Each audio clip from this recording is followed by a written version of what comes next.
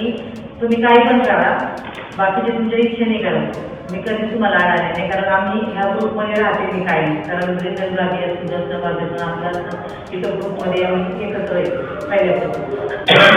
फक्त मला एका मताची मदत करा, जे महिला ओपनमधलं जे आहे तर त्याच्यासाठी फक्त घड्याळाला मतदान करा. 3 तुमच्या तुम्ही बीजेपी करा, 3 कमळ करा, एकच घड्याळ करा. तुम्हाला सांगतो सांगाल तुमचं एक व्हिडिओ वाढलं होते त्यात क्रॉस वोटिंग केल्याचं दिसते. एक घड्याळाने 3 भाजप मारा असं तुम्ही त्यामध्ये स्पष्टपणे बोलताना पाहिले होते. नक्की कशामुळे हे करण्यात आलं? आता एवढा मोठा माझा विजय झालेला त्यांना हा पचनी जात नाही आहे. मेन आमच्या भागामधून त्यांना जे मी वोटिंग केले, माझ्या भागामधून ते पूर्ण लीडला आहेत. त्यांच्या भागामधून ते मधुबनपासून ते ममतानगरपर्यंत त्यांनी स्वतःचा लीड घ्यायला हवा होता. पण ज्या ठिकाणी मी त्यांना लीड दिला आहे त्या ठिकाणी मी त्यांना कुठेही कमी पडलेली नाही. आणि हे AIचा जमाना आलेला आहे, त्याच्यामध्ये लोक काही करू शकतात. म्हणजे शिवसेनेतून राष्ट्रवादीत आल्यामुळं तुमचा विरोध होता असं वाटतं होतं? तसं नाही सांगू शकत, पण ज्यावेळेस मी शिवसेनेचं काम करत होते त्यावेळेस पण मी एकटी माझ्या पद्धतीने काम करत होते. मी ज्यावेळेस आत्ता राष्ट्रवादीमध्ये मी 10 वर्ष झालं राष्ट्रवादीचे कार्याध्यक्ष म्हणून काम करते, शहरावरती काम बघते आणि मी ग्राउंड लेवलच्या जनतेपर्यंत पोचलेली आहे. ह्या जनतेने आज विचार केला आहे की ह्या महिलेला कुठेतरी न्याय द्यायचा आहे. तो न्याय त्यांनी मला आज दिलेला आहे.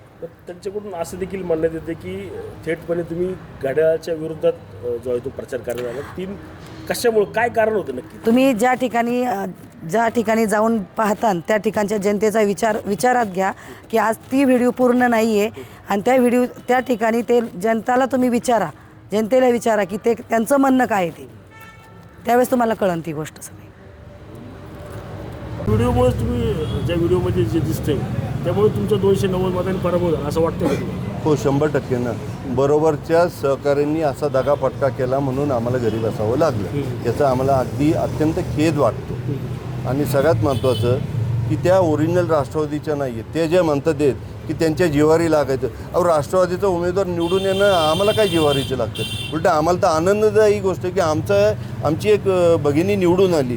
ते चुकीच्या पद्धतीने बोलतात. मी ओरिजिनल राष्ट्रवादीचा आहे, त्या शिवसेनेतनं इकडे आलेलं आहे. त्यांनी पक्ष बदलून इकडे आलेले आहे. त्या शिवसेनेच्या नाही झाल्या, इथल्या काय झाल्या. आणि ते जे सांगतात आहेत की माझा प्रभाग, त्या कधी नगरसेविका नव्हत्याच. निशा कांबळे, हे जग जाहीर आहे की निशा कांबळे 7 दिवसात त्यांना 7,000 मतं पडली. ही पक्षाची मतं आहेत, त्यांनी हवेत जाऊ नये. त्या ज्या काही निवडून आलेल्या आहेत हे काय त्यांच्यामुळे नाही निवडून आलेल्या आहेत, त्यांचा कोणता भाग नव्हता. हे पक्षाची मतं आहेत. आमच्या 3 पिढ्या ह्याच्यात उतरल्या प्रचार प्रक्रियेमध्ये, म्हणून त्यांना हे यश मिळालेलं आहे. त्या उरळून गेलेल्या त्या यशामध्ये. तुम्ही म्हणताय की शिवसेनेतून आल्या तेच तुम्हाला पसंती पडलं नाही त्यामुळेच झाले ते सगळं मान्य. तुम्ही जे म्हणता शिवसेनेतनं आल्या, मला पसंती न पडाय आम्ही तर उलटं मीच त्यांना आणलं शिवसेनेमधनं इकडे. मीच त्यांना कार्याध्यक्ष केलं, मीच त्यांना उपाध्यक्ष केलं. मला पसंती न पडायचं काय कारण? उलटं इतर पक्षातली लोक आम्ही संघटक आहोत पक्षाचे, इतर लोक आम्ही आणायचं काम करतो. त्याच्यात पक्ष संघटना वाढायला पाहिजे. पण अशी चुकीच्या पद्धतीने झालं तर ते संघट आज आम्ही म्हणत होतो ठामपणे की आमचे 64 नगरसेवक होणार, आमचा महापौर होणार. 37वरती का अडकलो की अशा चुकीच्या लोकांना आम्ही तिकीटं दिली, त्याच्यामुळे आम्ही 37मध्ये अडकलो. तुम्हीच आता म्हणता की मीच राष्ट्रवादीत त्यांना घेऊन आले, तरी असं कशामुळे?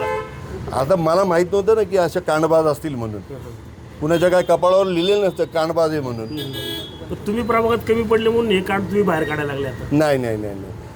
प्रभागात पडायचा त्यांचा कधी प्रभाग नव्हताच.